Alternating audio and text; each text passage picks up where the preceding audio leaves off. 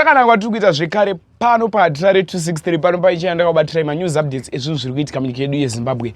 Kana uchiri munyowani pathis youtube channel kusubscribe mahara wotena all the notification bell panapa uchange uchiwana maupdates ezvinhu zviri kuitika munyika yedu yezimbabwe.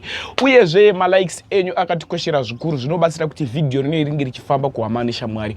Nhasi ndava nenyaya yaholiday ndo nyaya ndakakubatira muzuva ranhasi. Vanhu vanozoti wai hatirari waita energy pakuzoti holiday. Ndo zvandagara ndiri munhu anofamba nemaupdates ndine energy yoita kuti muwane nyaya dzachona dzezvinhu zviri kuitika munyika yedu yezimbabwe. Ndakazotaura ndakapora zvinozoita kunge ndisina kudya. So nyaya holiday yakamira so. Holiday nezuro akagadzira video akatanga aposta pic achiti Hilary Makaya wandinotaura nezvake. Munhu akatororwawo nemurume wake akarorwa ne$40,000 aane 4 months arorwa.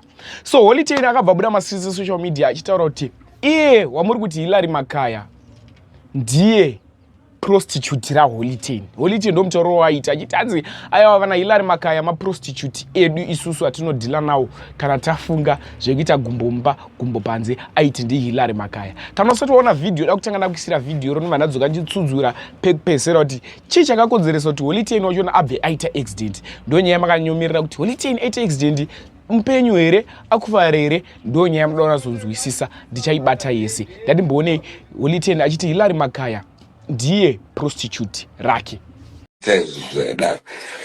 Baziri takapusha 2.7 takapusha. Vani ini ndinocha Hilary Makaya ini kuchika Hilary Makaya mnonyepa. Maida ze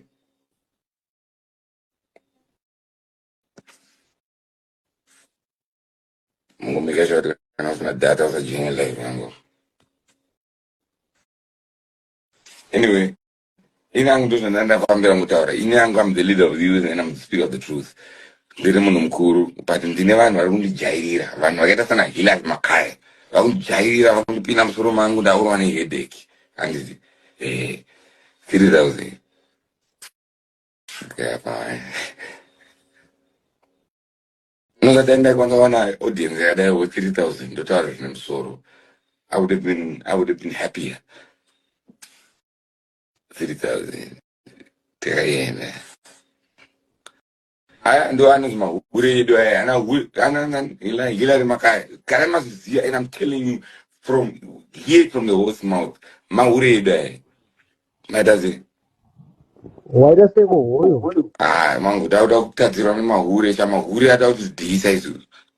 How did you go?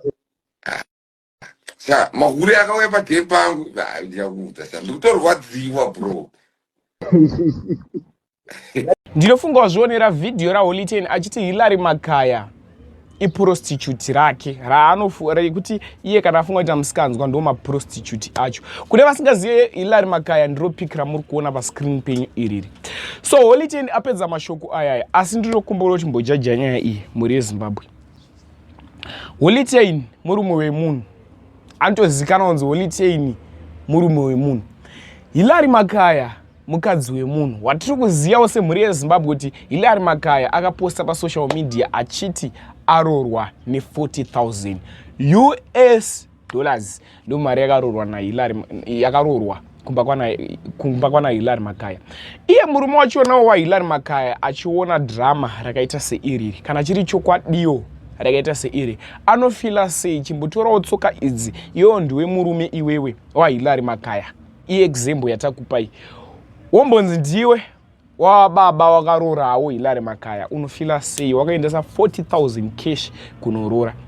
Wotorawo tsoka idzi iwewe ndiwe Kimberly mukadzi waholiday unofila sei murume wako achitaura pasocial media kuti iri ndiro prostitute ravo.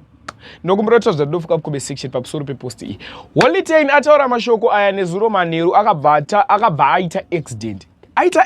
Akabva ataura futi streets social media kuti akonzeresa kuti ndite accident ndi Hilary Makaya ndo post iri kutendera streets social media. Nokumbura kuti zvanofunga kukombe section zvada kuti nguva inoida kusei muchiona video raholiday achiradza vanhu mota yakaita nayo accident.